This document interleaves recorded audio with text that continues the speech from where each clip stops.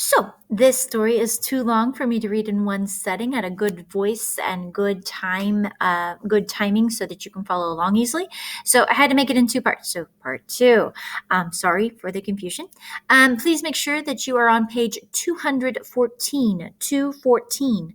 I'm going to seem kind of repetitive, but I'm going to start with the third paragraph of page 214 that begins with, "She described the house where he lived." Give you 5 seconds to find that. All right, 214, third paragraph. "She described the house where he lived, told them about the store where he sold shoes. She said he kept a pail of milk and a loaf of bread in the drawer of his desk so that he would have food ready at hand for any of God's poor who should suddenly appear before him, fainting with hunger. There was a hidden room in the store. A whole wall swung open, and behind it was a room where he could hide fugitives. On the wall there were shelves filled with small boxes of shoes, so that you would never guess that the wall actually opened. While she talked, she kept watching them. They did not believe her. She could tell by their expressions they were thinking, 'New shoes? Thomas Garrett? Quaker? Wilmington?' What foolishness was this? Who knew if she told the truth? Where was she taking them anyway? That night they reached the next stop, a farm that belonged to a German. She made the runaways take shelter behind trees at the edge of the fields before she knocked at the door. She hesitated before she approached the door, thinking that suppose that he too should refuse shelter. Then she thought, 'Lord, I'm going to hold steady on to you, and you've got to see me through,' and knocked softly. She heard the familiar guttural voice say, 'Who's there?' She answered quickly, 'A friend with friends.'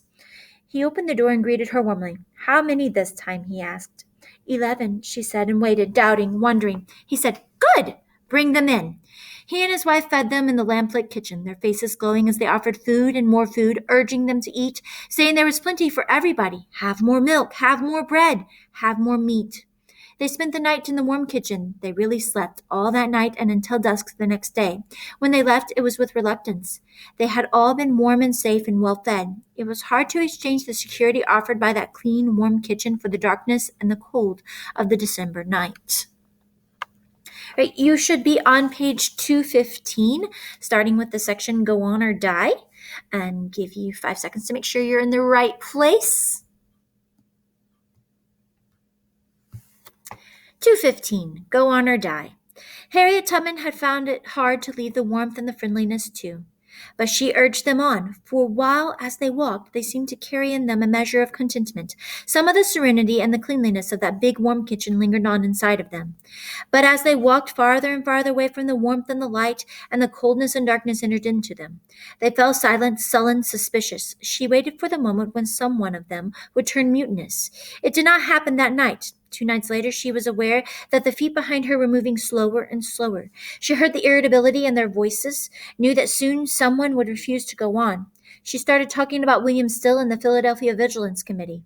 No one commented. No one asked any questions. She told them the story of William and Ellen Craft and how they escaped from Georgia.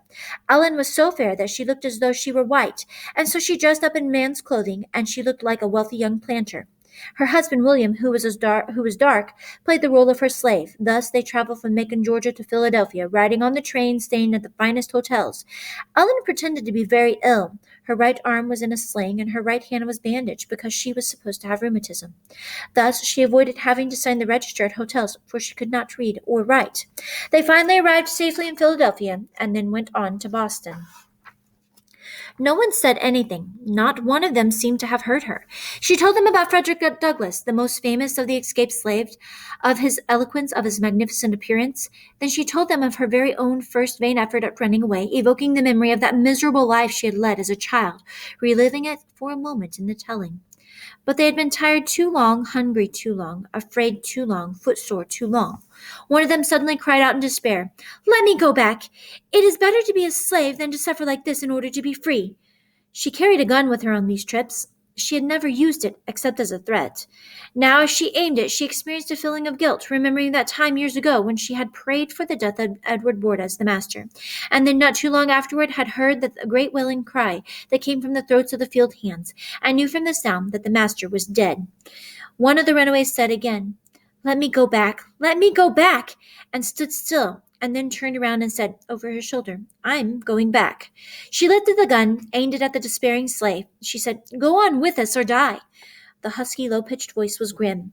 He hesitated for a moment, then he joined the others. They started walking again. She tried to explain to them why none of them could go back to the plantation. If a runaway returned, he would turn traitor. The master and overseer would force him to turn traitor. The returned slave would disclose the stopping places, the hiding places, the corn stacks they had used with the full knowledge of the owner of the farm, the name of the German farmer who had fed them and sheltered them.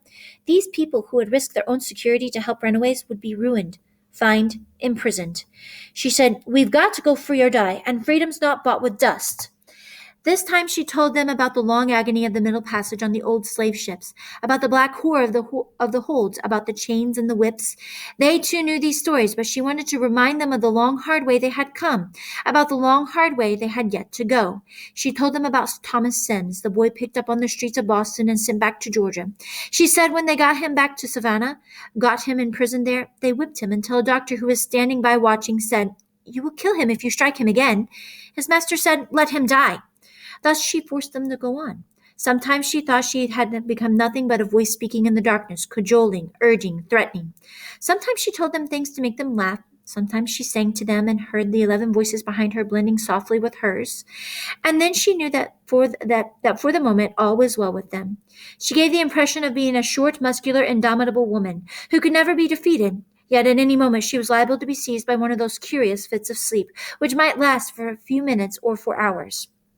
Even on this trip, she suddenly fell asleep in the woods. The runaways, ragged, dirty, hungry, cold, did not steal the gun as they might have, and set off by themselves or turn back. They sat on the ground near her and waited patiently until she awakened. They had come to trust her implicitly, totally.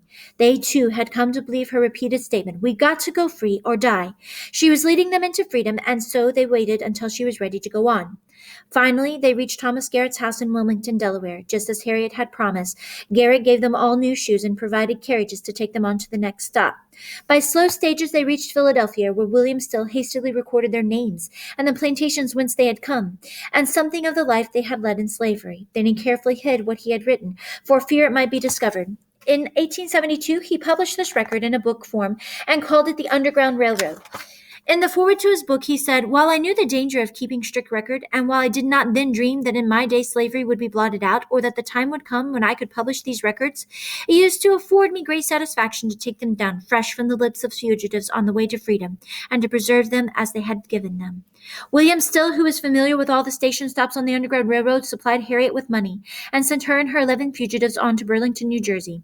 Harriet felt safer now, though there were danger spots ahead, but the biggest part of her job was over. As they went farther and farther north, it grew colder. She was aware of the wind on the Jersey ferry, aware of the cold damp in New York. From New York, they went on to Syracuse, where the temperature was even lower. In Syracuse, she met the Reverend J.W. Logan, known as Jarm Logan. This was the beginning of a lifelong friendship. Both Harriet and Jarm Logan were to become old friends and supporters of old John Brown. From Syracuse, they went north again into colder, snowier city, Rochester.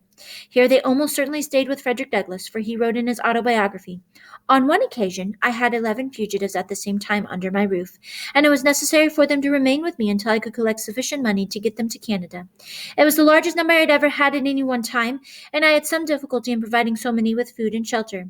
But as may well be imagined, they were not very fastidious in either direction, and were well content with very plain food and a strip of carpet on the floor for a bed, or a place under the straw in the barn loft." Late in December 1851, Harriet arrived in St. Catharines, Canada West, now Ontario, with the 11 fugitives. It had taken almost a month to complete this journey, and most of the time had been spent in getting out of Maryland. That first winter in St. Catharines was a terrible one. Canada was a strange frozen land, snow everywhere, ice everywhere, and a bone-biting cold, the like of which none of them had ever experienced before. Harriet rented a small frame house in town and set to work to make a home. These fugitives boarded with her. They worked in the forests, felling trees, and so did she. Sometimes she took other jobs, cooking and cleaning house for people in town. She cheered on these newly arrived fugitives, working herself, finding work for them, finding food for them, praying for them, sometimes begging for them. Often she found herself thinking of the beauty of Maryland, the mellowness of the soil, the richness of the plant life there. The climate itself made for an ease of living that can never be duplicated in this bleak, barren countryside.